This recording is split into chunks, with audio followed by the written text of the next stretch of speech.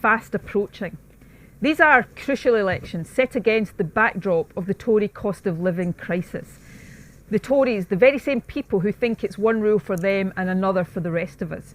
In this election, you can use your vote to cast a verdict on law-breaking Tories.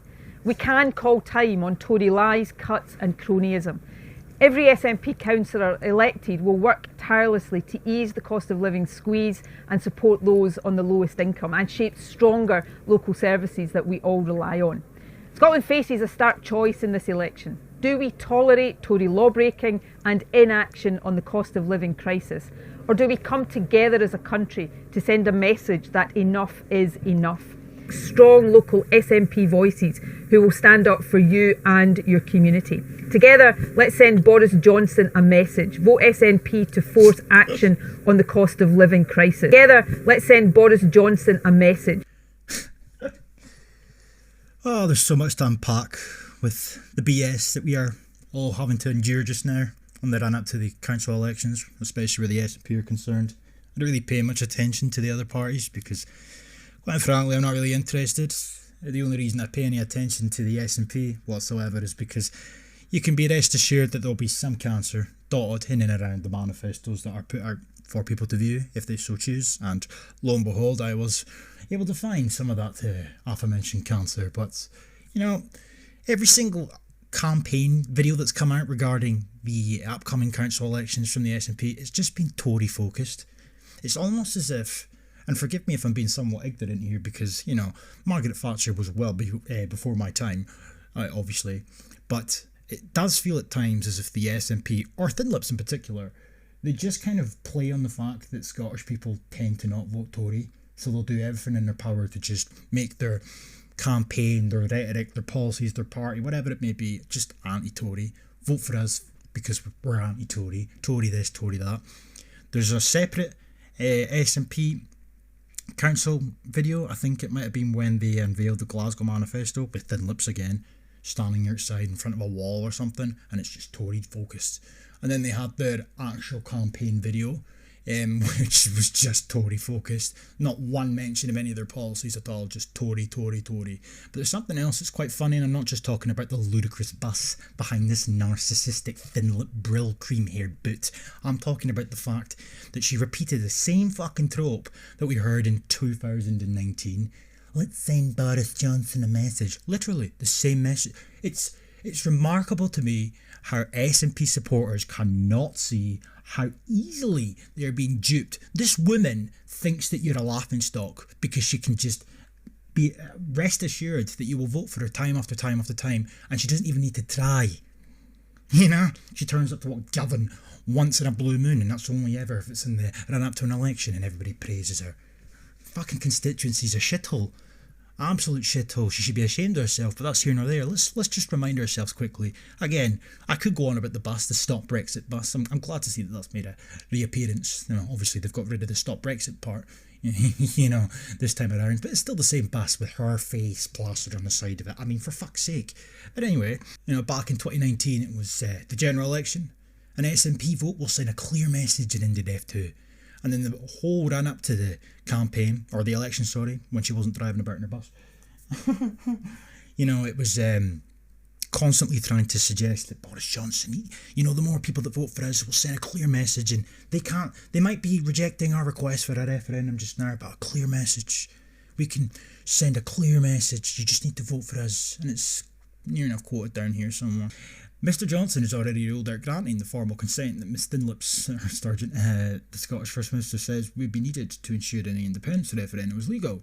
Corbyn essentially said the same thing in the first 2 years of a Labour government. Anyway, but Thin Lips said the decision on if and when a referendum is held should be one for the people of Scotland. So this was to spur up the emotions of the people. Oh yeah, I'm totally on board, right? She added, the democratically elected Scottish Parliament has agreed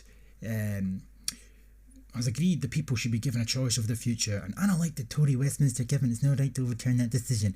So an SNP victory in this election would be a clear instruction from the people of Scotland to respect Scottish democracy. The manifesto says the SNP winning the most seats in Scotland would send a clear message that an independence referendum must be held next year. Yeah. Deja vu, anyone? Yeah. But the point is, though, I mean, I'm even getting deja vu with clips like this. Same bus driving about with her fucking mug plastered on the side of it. The only difference being this time around, as opposed to it saying, send Boris a message and ease the squeeze, that sounds like some strange, child-friendly way of mentioning constipation. You know? But apart from that, I mean, the similarities are pretty uncanny, like. And there's a lot of them. And the reason, of course, that I'm sort of showing this at the start is because, as I said, it's kind of like the SNP, or particularly Nicola Thinlips and probably her campaign team behind the scenes. They kind of know how to manipulate their voters, and they will kind of say the right things, just the basic things, in order to get re-elected, whether that be in an election cycle or in a council election cycle. But when they get in, that's when the problems start. And I'm not even talking about what they implement, you know, on a national scale for everybody to see clear as day, economically or elsewhere. I'm talking about the things that are hidden in and around their manifestos, the things that I have to question whether or not the voters even know was included in the first place, because it's one of two choices. They either don't read these manifestos, or if they do, they must agree with it to some degree, or maybe there is a third option and they don't agree, but they just want the SNP in regardless. It's hard to know, really. But whether it's promising independence or making false promises about stopping the cost of living crisis, or making it easier by pinning the blame on the Tories, despite the fact it's happening all across Europe. But nonetheless, you know, kind of implying that every ill in people's lives in Scotland is the fault of the Tories. You know, vote for us and we'll do this, vote for us and we'll do that. But then they get in and they implement a fuck ton more things that I'm not entirely sure these people even voted for them in the first place for. I'm not going to insult people's intelligence. I assume that some SNP supporters will read these manifestos. But you know the old saying, it's in the small print, you should read the small print. It's very much true when it comes to an SNP manifesto, because there's always at least one or two things that are very questionable. And the two manifestos in question that I've got up here are prime examples of that. I'm still waiting with bated breath for the Highland Council SNP manifesto.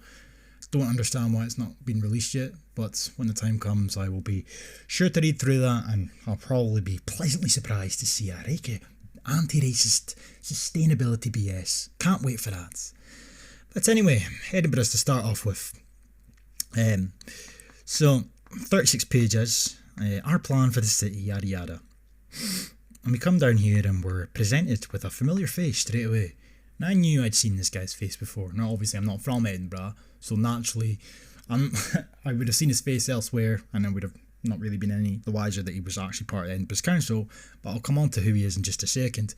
But, you know, just a gaffball, really, if I'm being honest. But for the past 5 years, SNP councillors have been working hard with SNP-led Scottish Government to take our city forwards. 2017 to 2022 is the first time that Edinburgh has been led by the SNP. It's the strongest team we've ever put forward for an election, and for the first time we are standing a field of candidates who are properly gender balanced and reflect the diverse ethnicities and citizenships of our residents. Oh, well, that's exactly what the people in Edinburgh really want to hear. That's exactly what they want to hear when they're making their vote, you know. One party's got the most diversity and the most citizenships in and around it, but that's the SNP over the back. But this is becoming an increasing pattern as well, and it's very clever from the SNP this time around, because I've seen a few references to the fact that this year this is the most diverse selection of candidates they've got anywhere across the board for council selections, but there's nothing written anywhere in black and white to showcase that that's actually a policy that they've implemented. But that's exactly what they're fucking doing. It's just a rerun of trying to shoehorn in the BAMEs like they tried at the last election on the regional list, which failed miserably. But we love Edinburgh, and we know our city needs change to meet our ambitions of becoming net zero and eradicating poverty by 2030. Well, you're not going to eradicate poverty, so you can just pull the other one with that. Nobody's ever been able to explain how the hell that's going to be achieved, nationwide or worldwide. It's just fluff. Anyway, the solutions we offer in many cases, tried and tested. They are learned from the cities around Europe and beyond who are leading in these areas, right? So anyway, this guy here, he is part of the Edinburgh slavery, and colonialism legacy review group. Yes, that's right.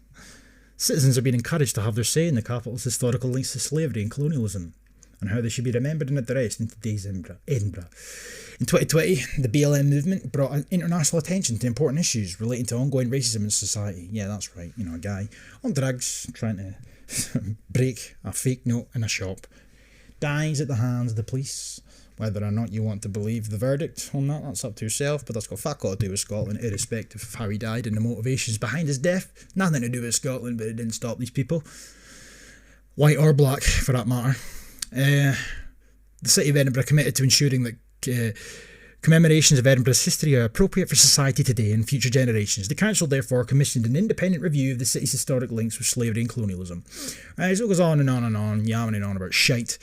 And then and who did they elect to be the head of this group? Oh, well, Jeff Palmer. Of course it'd be Jeff Palmer. And I found videos on YouTube of Jeff Palmer talking about, wanting to look at Edinburgh's history and whatnot years before George Floyd ever came to pass. So he's just an opportunist. A guy came over from Jamaica, became Scotland's first black professor, but he spends more of his time complaining about racism as if he's some big brain intellect. He can go fuck himself. And there it is, on page 14.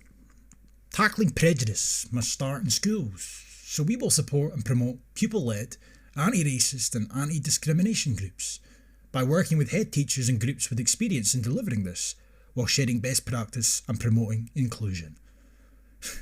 Now, anti-racism, obviously, to maybe your proverbial midwit SNP supporter, that just sounds like you're against racism and you wish to tackle prejudice and stamp out bullying. But the reality of the matter is, this is critical race theory. So when Nicola Sturgeon stands there telling you to vote for her or vote for the SNP in the council elections, because the alternative is the Tories, etc., vote for us and we'll help you out with the cost of living crisis. Oh, by the way, we intend to implement critical race theory or start to go about proceedings in that front. So whether you're voting by post or at your local polling place, elect strong local SNP voices who will stand up for you and your community. Who also intend to implement critical race theory into your school's curriculum. You see how this works? They're fucking disgusting, this party. Critical race theory in and of itself is toxic. But the fact of the matter is, they are hell-bent on implementing this cancer into academia. And I'm not just talking about secondary level here, we're talking about primary schools. And even nurseries in some instances. Vote for us. Vote for strong local SNP voices who'll stand up for you and your community. Is that right, aye? Together, let's send Boris Johnson a message. What message would that be? Send Boris a message. Vote SNP to force action on the cost of living crisis. Vote SNP to force action on the cost of living crisis. Oh, by the way, just as a wee caveat, as a side note, we're also going to implement anti-racist education. It's so malevolent how they play on people's poverty, they play on people's emotions in order to get back into power while simultaneously implementing cancer in the background. This is why I fucking hate this party, and I hate her. Of course, not only is Glasgow Council's manifesto worse, without a doubt, I would argue they're just worse in general.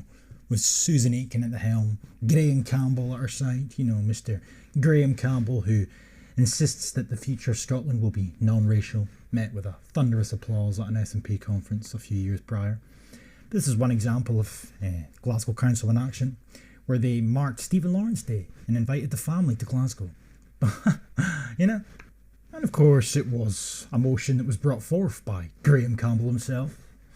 It asked the council to note the landmark changes to equalities law, including the legal definition of institutionalised racism, which arose from the late Judge Macpherson Stephen Lawrence inquiry reports.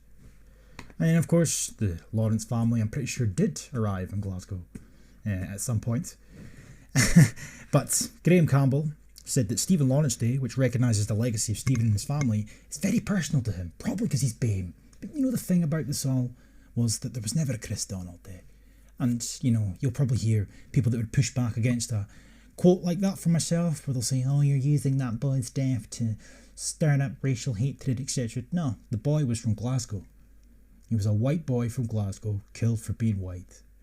But they don't have a day to recognise him in the council. But yet they'll invite a family from England up who are black to celebrate the life of Stephen Lawrence. Seems a bit disconnected, don't you think? But this is the same council, of course, who recently, courtesy again of Graham Campbell, had their slavery audit. Same sort of principle as the one that we've seen in Edinburgh, where they went around investigating all the street signs and whatnots. And there's a plethora of things there that Glasgow's they've linked back to slavery. And it got so bad that Susan Aitken even apologised. And guess who accepted the apology on her behalf? Graham Campbell. Wow, what a shock. The list goes on when it comes to things that the Glasgow Council seem to be obsessed with, but none of the things that they should be obsessed with are any of the things that they are obsessed with. Glasgow, as a city and a council, must continue to tackle racism, ableism, homophobia, transphobia and misogyny. Define it. There is responsibility on all as to identify and dismantle the barriers of structural prejudice and discrimination that apparently exist in Glaswegian society and institutions. Of course they do, because Graham Campbell probably told you that. And then it says here, underneath that, what we've done, drawn up in our city charter, setting out Glasgow commitment to upholding, protecting and promoting human rights, including treating people with dignity, fairness, equality and respect. Made progress in implementing equality impact assessments for all policy and budget decisions. Created a BAME task force. That's exactly what Glasgow needed, to be quite honest. I'm quite glad to hear that they've done that already, because that's the sort of thing I was actually going to suggest, in my conclusion. Good to know that they've already done that. They've got a BAME task force. I'm sure all the native Glaswegians, that are struggling with the cost of living crisis will be thrilled to know that the BAME task force are doing their bit. I presume that they'll be doing things for the natives as well as the BAMEs, or is it just for the BAMEs? Of course it's just for the BAMEs. Of course. With membership from a range of third sector organisations that work with BAME communities. Wow. Isn't that something? Isn't that beautiful, bold, progressive and deep? With initial focuses on employability and democratic engagement, and hosted targeted jobs fairs and attract candidates from BAME communities. Fuck the white guy. Yeah, too many of them. Pale, male and stale. Let's get the BAMEs in. Research into the city's historic links to slavery. Working in partnership with Dr. Stephen Mullen and Glasgow University, an increasing understanding of the city's historic role with the transatlantic slave trade and industries. Support the development of anti-racist education in our schools. So there it is again. Support the development of anti-racism education in our schools, which is, of course, critical race theory. So, written in the small prints, mind you, it's next to a hell of a lot of stuff that's relatively similar, but nonetheless, hidden in the small prints is yet another reference to the fact that by their own admission, they intend to start the implementation of critical race theory into the curriculum. There's no specification as to which age group they have anything to go by, then it stands to reason it will be all age groups. So again, when Nicola Sturgeon is gallivanting around Scotland in her gas-guzzling bus with her face plastered on the side, treating the party as if it's her party as opposed to her being the leader of said party. Let's send Boris Johnson a message. Vote SNP to force action on the cost of living crisis. Might spur on some to go to the polling station and vote for them just for that specific issue. Little do they know, behind the scenes, they've given them the green light to begin implementing anti-racist education, critical race theory, which could potentially be targeting their child if they have one. It's fucking toxic. It's fucking toxic. I can't stand this party. I genuinely can't. I mean, the Green Party, I can't stand either. Purely for the fact they're full of shit. The SNP are they're on a different level. Just a different level. And this thin-lipped bonobo can stand there as she does every election cycle. They wheeled her out and she appeals to the masses. I don't know how. All smiles with her lack of top lip. Telling you all you want to hear. Blaming the Tories for all your woes. Promising you the world. Independence this, independence that. Vote for us and we'll force action against the cost of living crisis. While behind the scenes, in the small print, is fucking toxicity. And hidden in the back pages of this manifesto, in the small print yet again, is the second reference to critical race theory. As it says down here, in partnership with the government, embed anti-racist education throughout our curriculum to promote race equality in our schools and work to combat anti-Semitism and anti-Irish racism throughout education. Continue to work with the LGBT Youth Scotland to promote the LGBT Youth Programme Charter, and with TIE to promote their national resources and programme for inclusion. Wow, isn't that something? But again, critical race theory been snuck in the back door while Nicola Thinlips stands in front of her bus talking about fucking Tories.